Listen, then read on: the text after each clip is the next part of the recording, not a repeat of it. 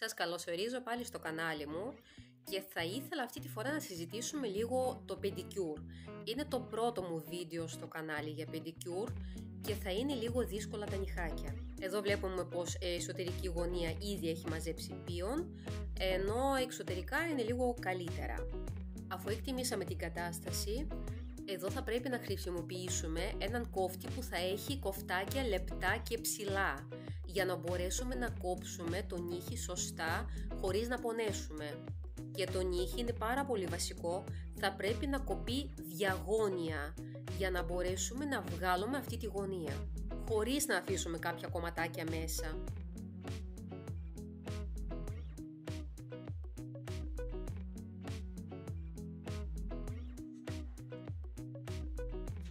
Όπως και δίποτε θα πρέπει να αφαιρέσουμε και το μάγρος, γιατί είναι αυτό το χειμώνα που θα μας κάνει προβλήματα.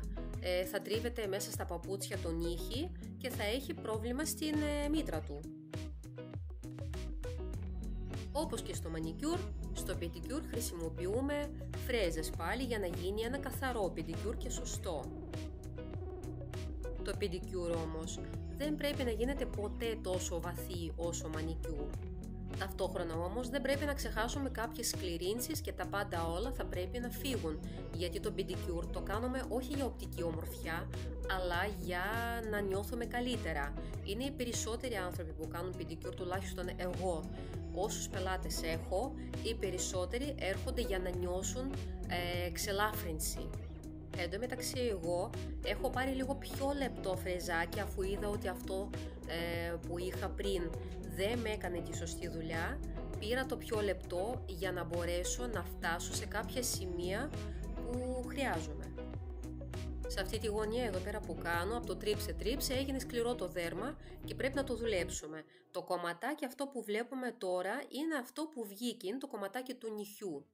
Το βγάλαμε και κατευθείαν ένιωσε ανακούφιση η κοπέλα.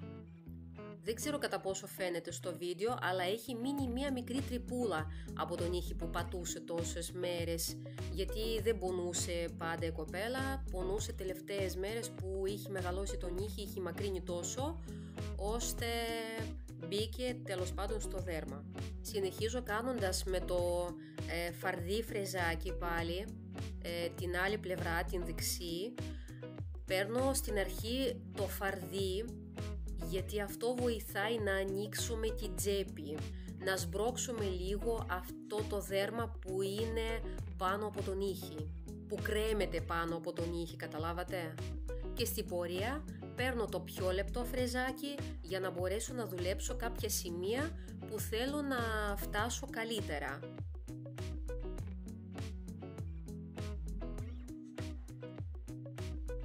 Εδώ πέρα τώρα, έφυγε αυτό το κομματάκι που ενοχλούσε και είμαστε εντάξει. Μπορούμε απλά να πάρουμε τις σκληρύνσεις που ενοχλούν, αλλά το νύχι έχουμε βγάλει πλέον, δεν πονάει. Πάνω στο νύχι με το φρεζάκι κάνουμε ίσα ίσα 2-3 φορές, έτσι κάτι ελαφριές κινήσεις για να φύγει πάνω από το νύχι το υπονύχιο.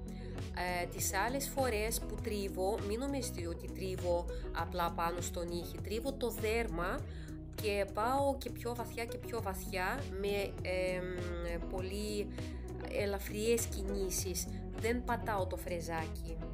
Ο τροχός θα πρέπει να είναι κάπου στις 12 η ώρα να είναι ο δείκτης του, να είναι κάπου στη μέση η ταχύτητά του. Είναι καλό να χαμηλώσετε και άλλο την ταχύτητα αν είστε αρχάρι.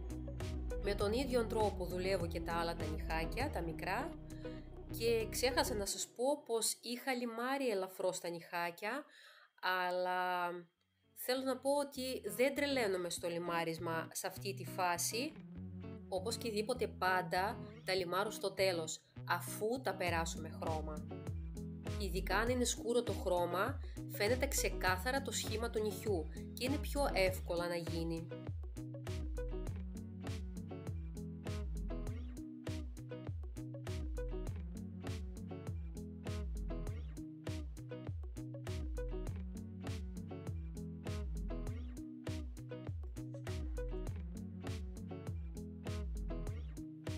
Η δουλειά με την μπάλα πρέπει να γίνεται με χαμηλή ταχύτητα πάντα. Ο δείκτης του τροχού θα πρέπει να είναι στις 9 το πρωί, όχι παραπάνω, γιατί θα κάψετε την πελάτισσα. Με κινήσεις από κάτω προς τα πάνω, προσπαθώ να σηκώσω κάπως τα πετσάκια για να τα κόψω στην πορεία με το κοφτάκι. Και στην πορεία, όπως και δίποτε, τα γυαλίζω πάλι με μία μπάλα.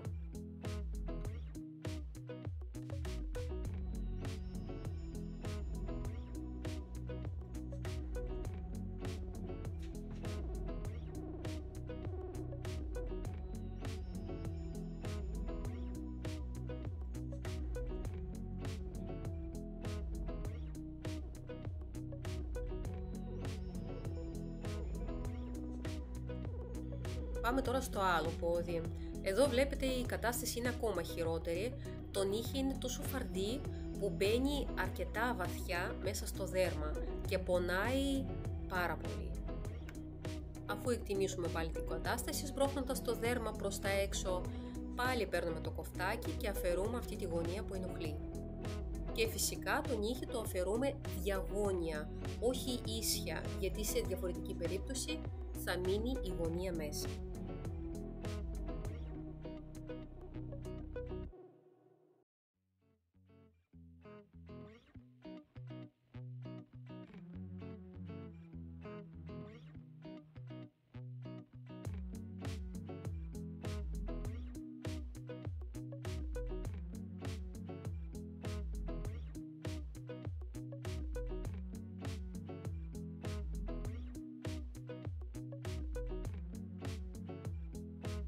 Ορίστε ο θησαυρός μας, τη βγάλαμε τη γωνία, πάμε τώρα από την άλλη πλευρά, αλλά θα πρέπει πρώτα να κόψουμε το μάκρος, γιατί μας ενοχλεί να φτάσουμε εκεί που πρέπει.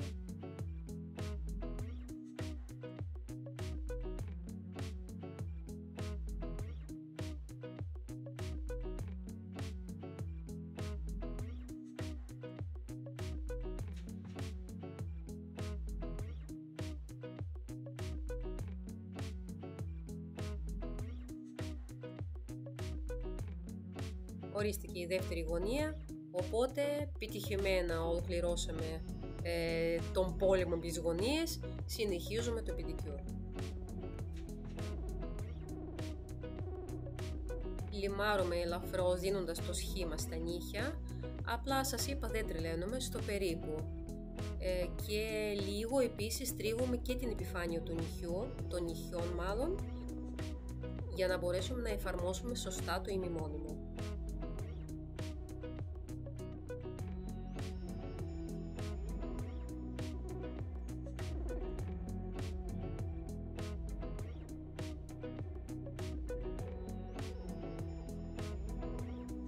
Όπως και στο άλλο πόδι, αρχικά παίρνω το χοντρό φρεζάκι και δουλεύω την περιοχή ανοίγοντας το νύχι να αρχίσει να φαίνεται έξω από το δέρμα, και ύστερα θα πάρω το άλλο το φρεζάκι το λεπτό με κόκκινο κρίκο που είναι και πιο μαλακό και θα συνεχίσω να δουλεύω τις περιοχές που δεν είχα φτάσει με το άλλο το φρεζάκι.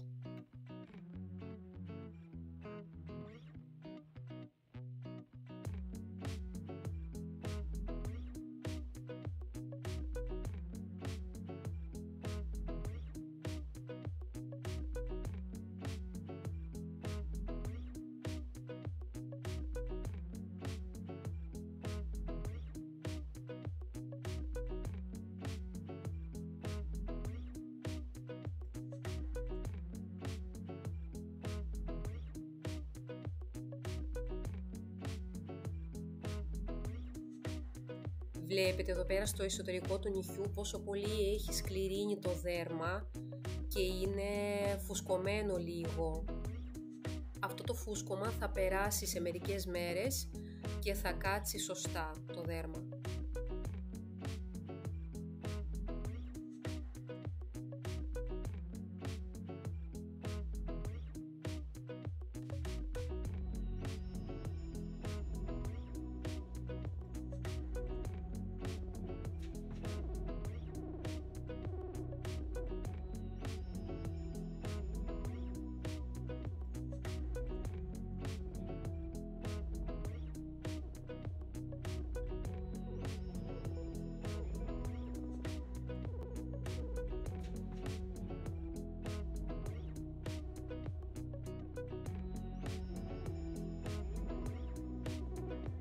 Εδώ πέρα βλέπουμε πως και η εξωτερική γωνία έχει σκληρύνει αρκετά, οπότε τη δουλεύουμε με το λεπτό φρεζάκι και στην πορεία κόβουμε ό,τι έχουμε δουλέψει με ένα κοφτάκι.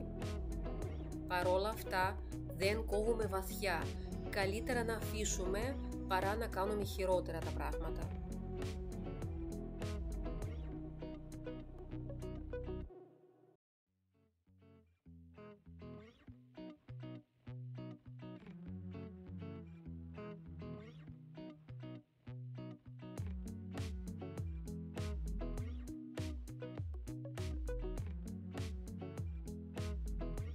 Και πάλι ακολουθεί η ίδια διαδικασία. Με τις ανωδικές κινήσεις προσπαθώ να σηκώσω κάπως τα πετσάκια για να μπορέσω πιο εύκολα να τα κόψω με ένα κόφτη και να τα γελίσω στην πορεία πάλι με μια μπάλα.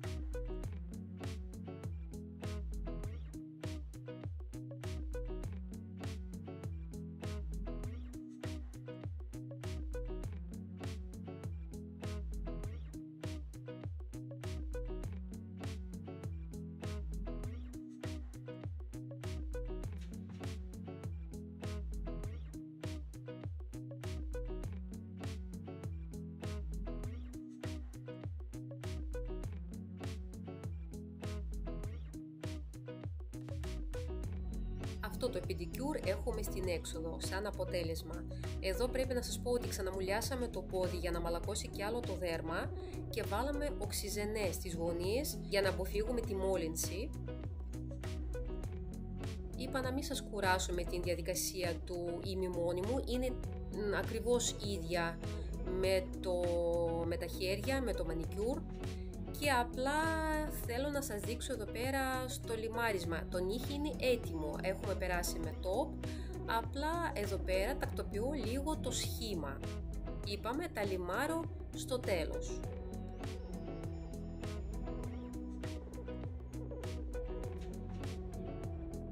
Και αφού λοιπόν τα λιμάρουμε και αφαιρέσουμε τη σκόνη, εδώ πέρα έχω ένα life hack. Πάνω σε ένα μορομάντιλο βάζουμε λίγο λαδάκι και ενυδατώνουμε το δέρμα γύρω από τον νύχι.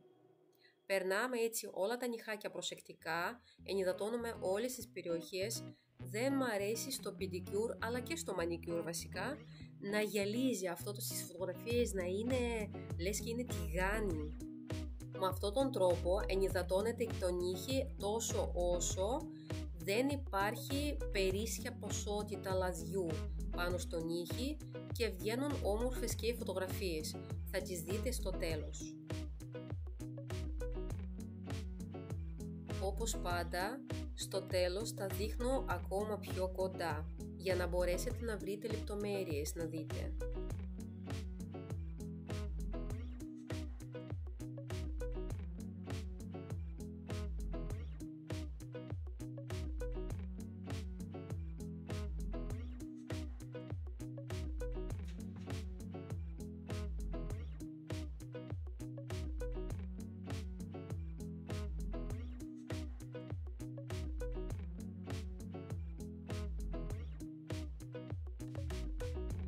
Στο αριστερό μας το ποδαράκι, αν το κοιτάξετε λίγο πιο προσεκτικά, δεν έχω βάψει την εσωτερική πλευρά του νυχιού.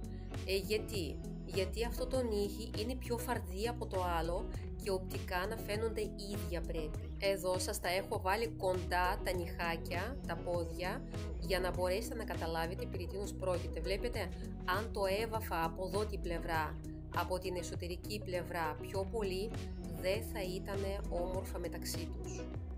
Αυτά ήταν για σήμερα, ευχαριστώ που ήσασταν μαζί μου, θέλω να ελπίζω δεν σας ζάλισε και πάρα πολύ.